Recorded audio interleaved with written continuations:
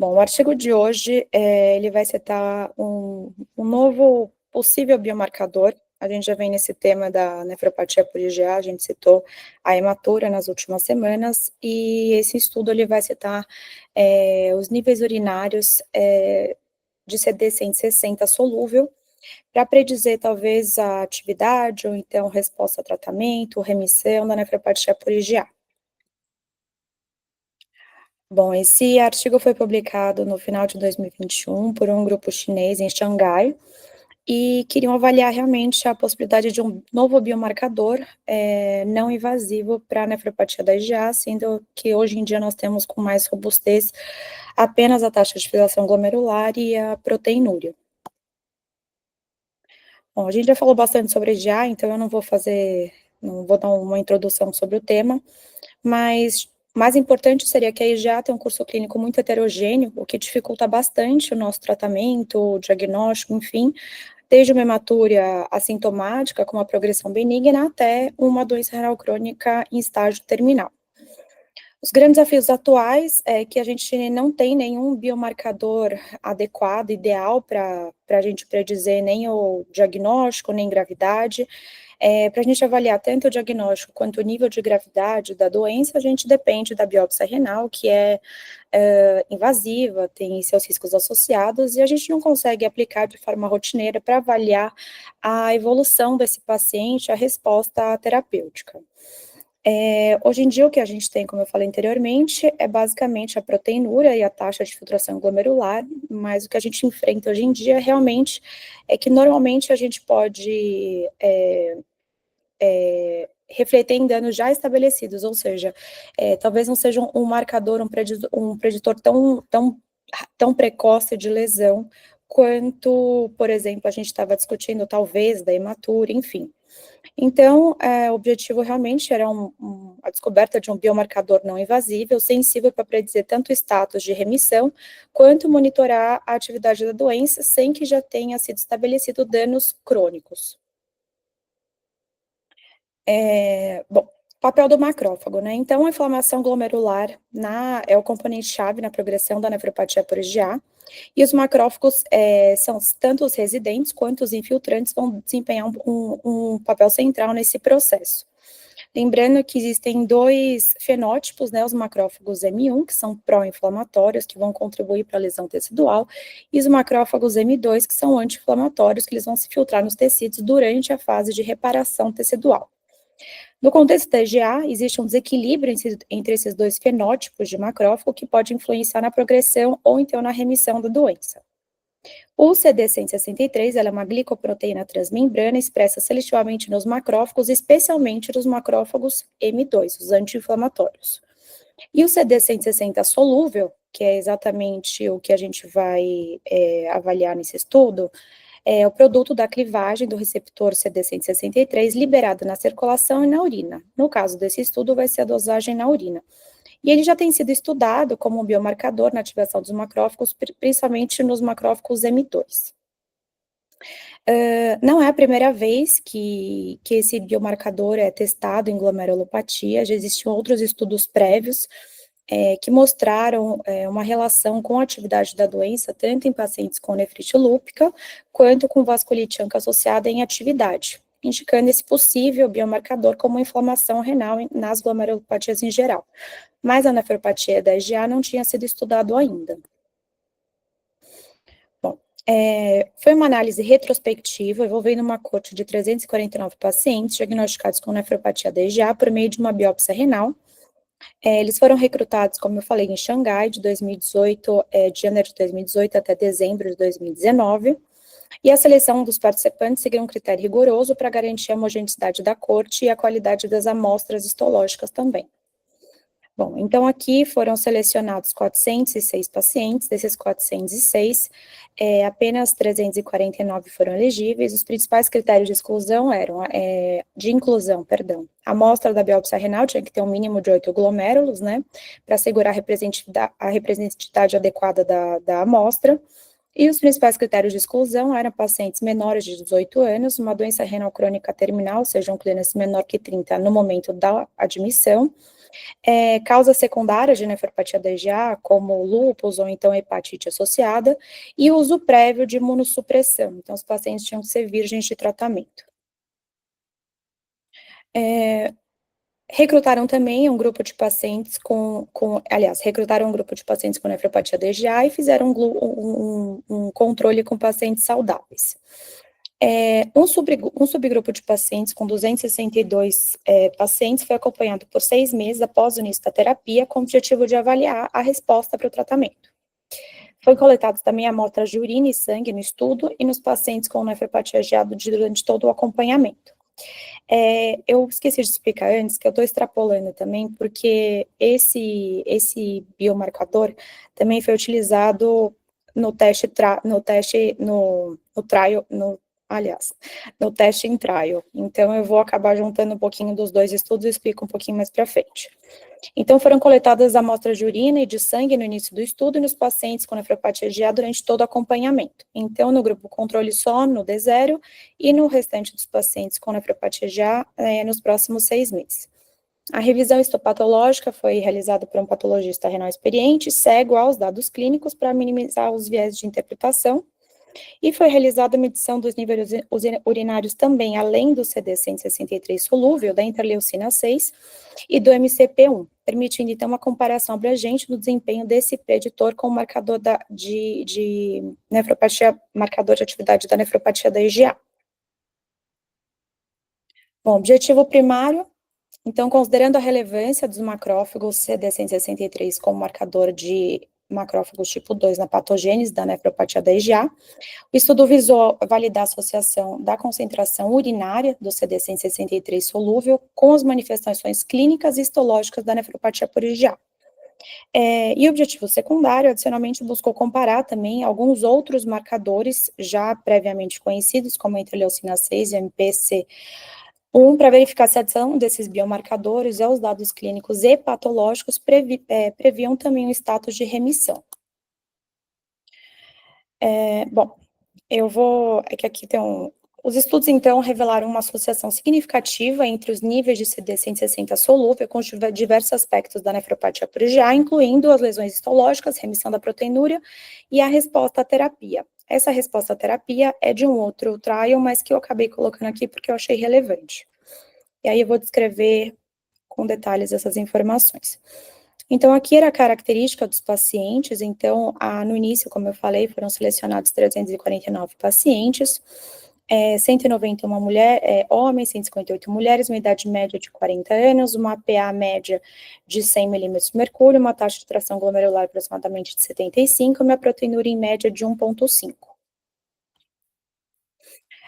Na tabela suplementar, eles colocam também uma informação de que os dois grupos, né, quando eles separaram, lembrando que aqui eram 349, e quando eles separaram, os dois grupos eram muito similares. Bom, em relação à associação com a histologia, né, então houve uma correlação positiva com a infiltração de macrófagos, principalmente M2, observada nas biópsias renais, como eles já previam, e essa associação entre os níveis elevados desse biomarcador, né, do CD163 solúvel com as lesões histológicas mais graves foi positivo, principalmente quando a gente observa no score mesh, né, a proliferação endocapilar e as crescentes. Eles vão colocar um gráfico a seguir, que aí dá para entender um pouquinho melhor. E houve um aumento significativo do CD160 solúvel com incremento desses scores e das informações clínicas do paciente também. Em relação à função renal e à proteinúria, né, os níveis mais altos também desse biomarcador estão associados ao aumento da proteinúria e também a uma pior função renal. Então, houve correlação. Pacientes com níveis elevados desse biomarcador demonstraram também uma maior probabilidade de alcançar a remissão da proteinúria em 6 meses. Aqui, essa figura 2 mostra os níveis de CD160 urinário, mostrando uma correlação positiva com os níveis de creatina sérica e a proteinúria de 24 horas, que é as figurinhas A e C, né, que são os das pontas. E uma correlação negativa com a taxa de filtração glomerular, que é essa do meio, que é a figura B. Aqui eles mostram também a associação entre os níveis dessa concentração urinária e a infiltração da célula CD160 reais, que é como eles já previam que ia ter a presença da célula, tendo em vista a fisiopatologia da doença. Os pacientes com nefrite lúpica e vasculite ANCA, a concentração urinária correlacionou-se com macrófago CD163 nos glomérulos. Porém, nesse estudo aqui nos pacientes com EJA, que eu achei interessante, os macrófagos eles não estavam expressos no glomérulos, principalmente eles estavam nas lesões tubulointersticiais, que é a letra C. E foram significativamente mais altas em pacientes com grau patológico 4 e 5 de Lee, que eles colocam, quanto maior a presença, maior a concentração urinária também. Bom, aqui ficou um pouco poluído, mas aqui tinham bastante informações nessa figura. Então, para confirmar se esse biomarcador tinha um potencial para avaliar a atividade da doença, eles analisaram a correlação entre a concentração e os dados histológicos do paciente. Então, na primeira figura, na A e na B, é uma análise univariável, que determinou que o paciente com hipercelularidade mesangial e aqueles com hipercelularidade endocapilar apresentaram níveis mais altos desse biomarcador. Na figura C, os níveis de CD160 urinário também aumentaram em pacientes com glomerulosclerose segmentar. Na figura F e G, os níveis também de CD163 foram significativamente mais altos, com score de glomerulosclerose global e segmentar. Na letra D, os níveis urinários também aumentou no grupo com dano túbulo-intersticial e foi atualmente correlacionado com o score túbulo-intersticial também. Mostrou também na figura E que mais de 25% das crescentes tiveram mais altos os níveis de CD163 urinários. E na última linha, correlacionou também o score MESH-C, então os pacientes com graus diversos, tanto do MESH-C quanto do score de Lee, tiveram uma maior significância com a concentração urinária. Além disso, como eu falei, eles testaram não só esse biomarcador, né, como eles testaram também a interleucina C e o MCP1, que também foram significativamente mais altos no grupo também com grau patológico 4 e 5 de Lee. O que leva a crer, né, que esse pode ser realmente um preditor importante para a predição de remissão. Então, os pacientes com nefropatia DJA em atividade apresentaram um nível significativamente mais alto de CD163 na urina em comparação com os pacientes com os indivíduos saudáveis ou os pacientes em remissão. Os níveis elevados desse marcador, que eles colocaram aqui como maior que 3,57, foram associados também ao risco de 2,6 vezes maior na falha de remissão da nefropatia da EGA em análises ajustadas, e a inclusão dos níveis de CD163 urinárias em um modelo que já continha outros dados clínicos do paciente, associado à biópsia renal, melhorou significativamente a previsão de risco do status de remissão da nefropatia da EGA com uma área sobre a curva de 0,78. Em análise multivariadas, então, o CD163 urinário manteve-se como preditor independente de remissão da nefropatia DGA, mesmo após o ajuste dos fatores de risco conhecidos, como a proteinúria e a taxa de filtração glomerular. Aqui eles colocam todas essas informações que eu citei, eles colocam bem detalhadamente em várias tabelas, eles colocam todas as informações referentes tanto à parte histopatológica, quanto à parte laboratorial e clínica dos pacientes, algo que às vezes a gente sentia muita falta, até a Sabrina sempre fala, que é realmente esmiuçar essa parte histopatológica com os outros achados clínicos laboratoriais, e aqui eles colocam tudo bem descrito.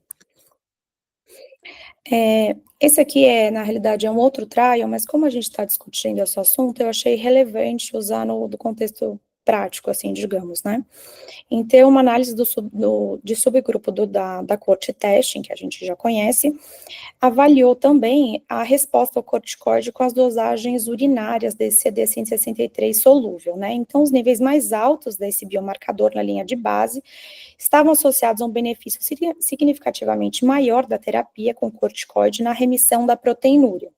Além disso, a terapia com corticoide resultou numa redução importante dos níveis desse biomarcador em 6 meses em comparação com o grupo placebo. A supressão desse biomarcador associou ao menor risco de progressão renal, e então ele sugere ser um marcador dinâmico da resposta ao tratamento e prognóstico, permitindo assim a gente monitorizar de forma não invasiva, ou seja, sem biópsia, a eficácia e prever o curso da doença e possivelmente ajustar as terapias. Do ponto de vista de implicação clínica, né, então, monitoramento da atividade da doença, então esse biomarcador é um biomarcador não invasivo, que sugere, né, monitorar a atividade inflamatória da nefropatia da IgA, auxiliando na identificação de pacientes com doença em atividade, que pode se beneficiar de intervenções mais agressivas. Digo mais agressivas, talvez do ponto de vista de imunossupressão, talvez não só antiproteinúricos, talvez de uma forma mais breve. Ajudam também na avaliação da resposta ao tratamento, então as quedas a gente conseguia seriar, né, então as quedas desses níveis urinários após o tratamento indica então que o paciente está tendo uma resposta favorável e talvez a gente está no caminho certo em relação à proposta terapêutica. Além disso, ajuda a prever o status de remissão, então auxiliando na tomada de decisões clínicas que, como desescalada, ou então interrupção de imunossupressão ou oposto, né, também. Fazendo uma medicina mais personalizada, potencialmente para guiar a terapêutica com o corticoide, identificando talvez quem seria um respondedor. E talvez diminuir a necessidade de uma biópsia, obviamente utilizando outras informações, como clínica do paciente, taxa de filtração glomerular, proteinúria e hematúria, como a gente vem discutindo. Algumas limitações é que a natureza do estudo, né, que é um estudo retrospectivo, o tamanho da amostra também, que é uma amostra pequena, e a população que é limitada, a população chinesa, né, então teria que validar em outras etnias. Os próximos passos também seria uma padronização da técnica, né, porque existem algumas técnicas, eles utilizaram ELISA, mas precisaria padronizar para utilizar de forma mais ampla, estudos que sejam prospectivos e multicêntricos, né, além da validação em cortes maiores e mais diversas. E além de investigar mais profundamente o papel do CD163 solúvel na patogênese da progressão da nefropatia da IgA. Bom, então esse biomarcador, né, o CD163 solúvel urinário, ele é promissor, não invasivo, ele associa lesões patológicas ativas na nefropatia por IgA. Tem potencial, então, para guiar a terapia com corticoide, identificando aqueles pacientes que provavelmente se beneficiarão do tratamento, que eu acho que é algo que a gente tem uma dúvida até no dia a dia, qual que a gente vai focar mais na imunossupressão, ou talvez nos antiproteinúricos, que o arsenal hoje é importante. O monitoramento também dos níveis de CD163 urinário podem prever o prognóstico do paciente, a progressão da doença renal, e representa uma potencial transformação no paradigma desse manejo da nefropatia da IgA, onde a gente normalmente tem uma abordagem menos proativa, e talvez a gente conseguiria fazer uma abordagem mais proativa, dependendo menos de biópsia. E, obviamente, precisa da validação adicional de alguns estudos prospectivos e multicêntricos para adoção ampla, né, desse biomarcador. Perdão, acho que duplicou ali. É isso. Bem rapidinho. Nath, parabéns. Só coloca para a gente a primeira tabela, antes de a gente abrir a discussão. Tabela número 1, né?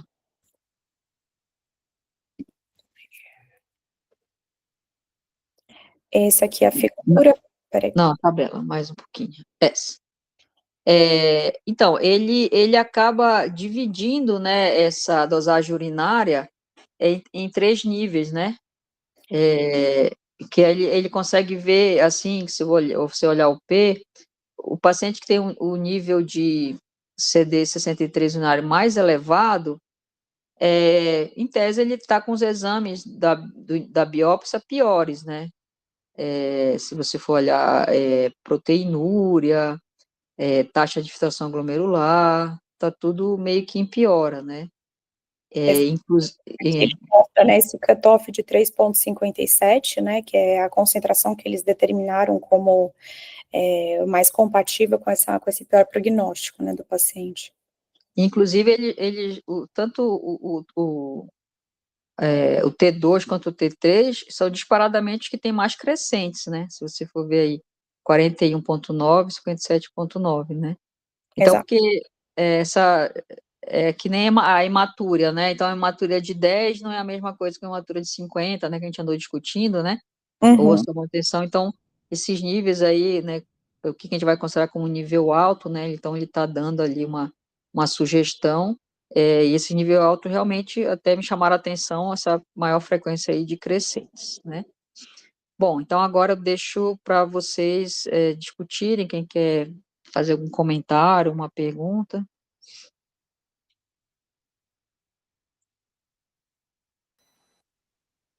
Só uma pergunta também. Em relação a esse marcador, então, é de macrófagos regulatórios, é isso?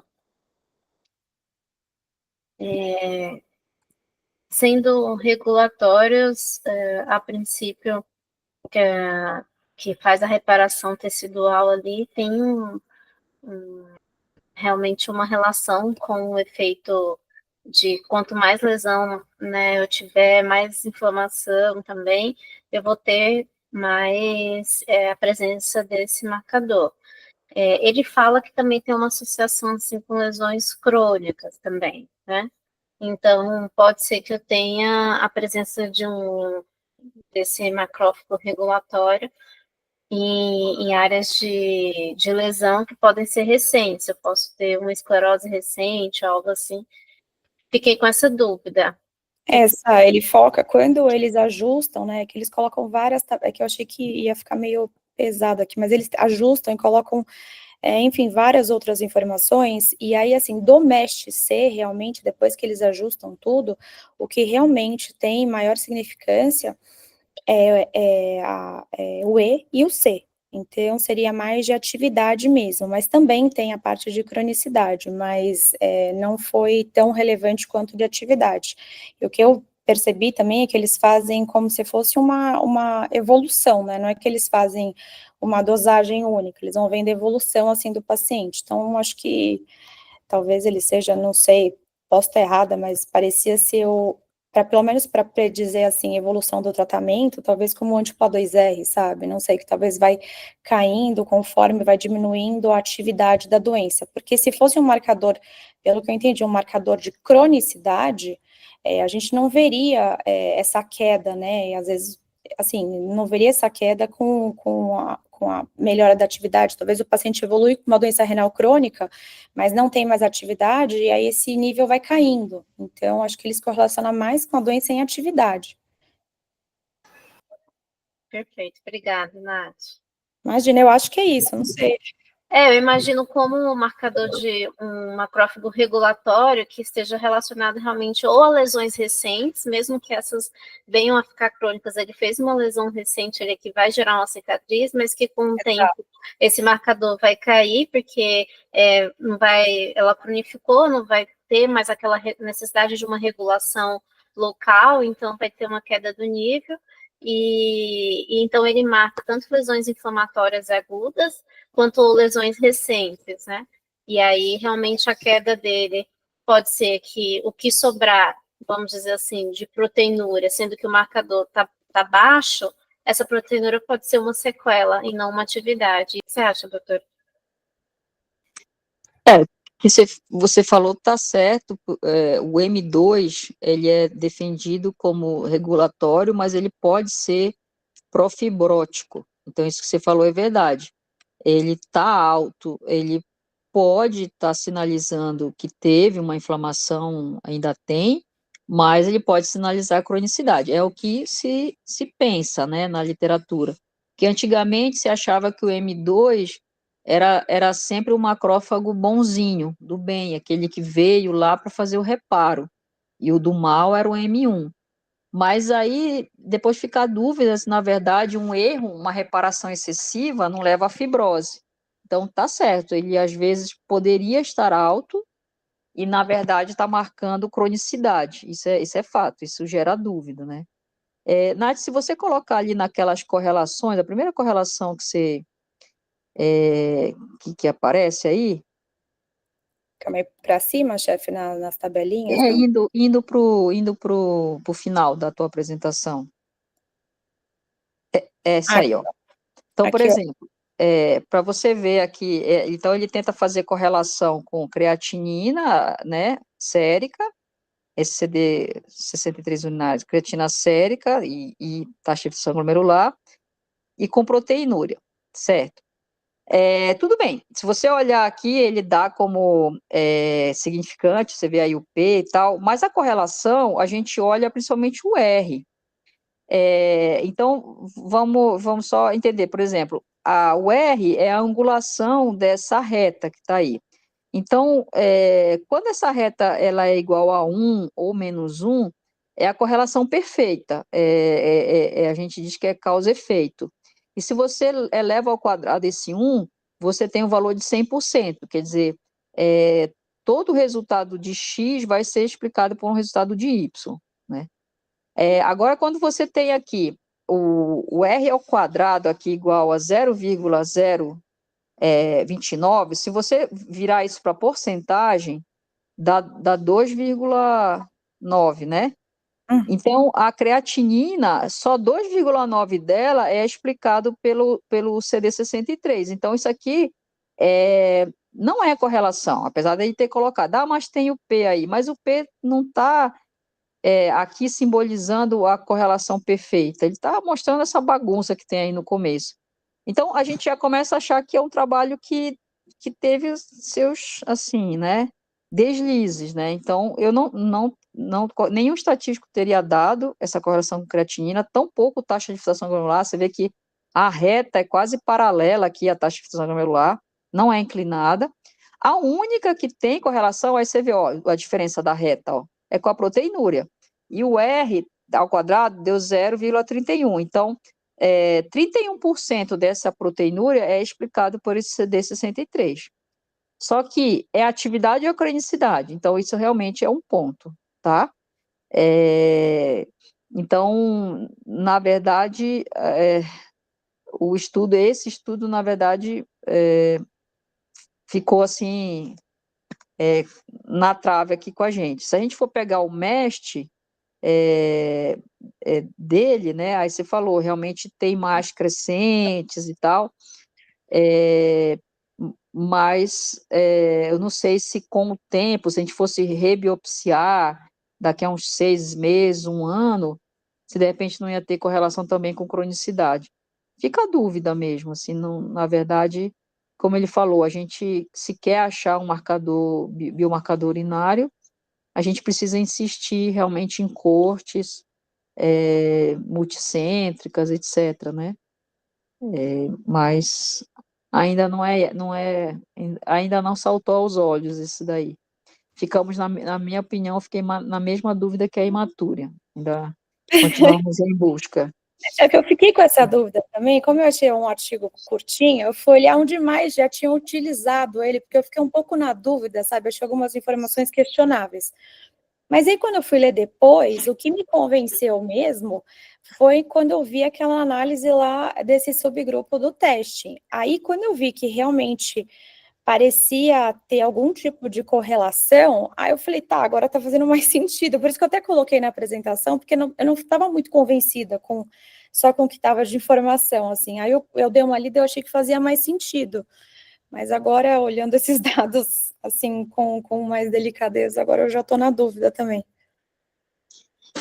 Não, a gente não está dizendo que não presta, né? Pode ser que seja uma boa, mas precisaria realmente de uma outra corte, aí refazer análise estatística, às vezes até uma rebiópsia, assim, para o estudo ficar bem bonito, a gente iria, né, checando esse fator urinário, e dentro, sei lá, de 1 ano, né, a gente faria uma rebiópsia e ver se sobrou só cronicidade, o que a gente pode fazer. Eu acho que seria o trabalho ideal, né, assim, para conseguir estabelecer isso, né, minha opinião.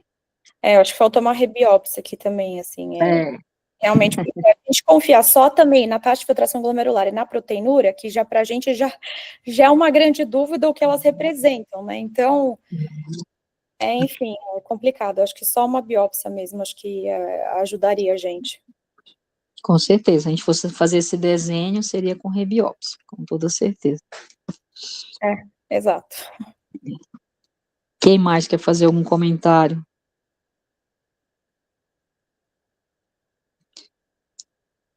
Bom, então, acho que é isso, né? Parabéns, Nath, obrigada pela apresentação. Aí na Imagina. próxima semana muda o tema, vai ser o Line que vai apresentar um estudo também de nefrina. Acho que a gente ainda não apresentou aqui, só para a gente ver o que a galera anda publicando aí de nefrina, tá bom? Então Combinado. falou. Falou. Tchau, Valeu, tchau, pessoal. Nath, Bom final de parabéns. semana. Tchau, tchau. Beijo. Parabéns, Nath. Tchau, tchau. Tchau. Obrigada. Tchau, tchau.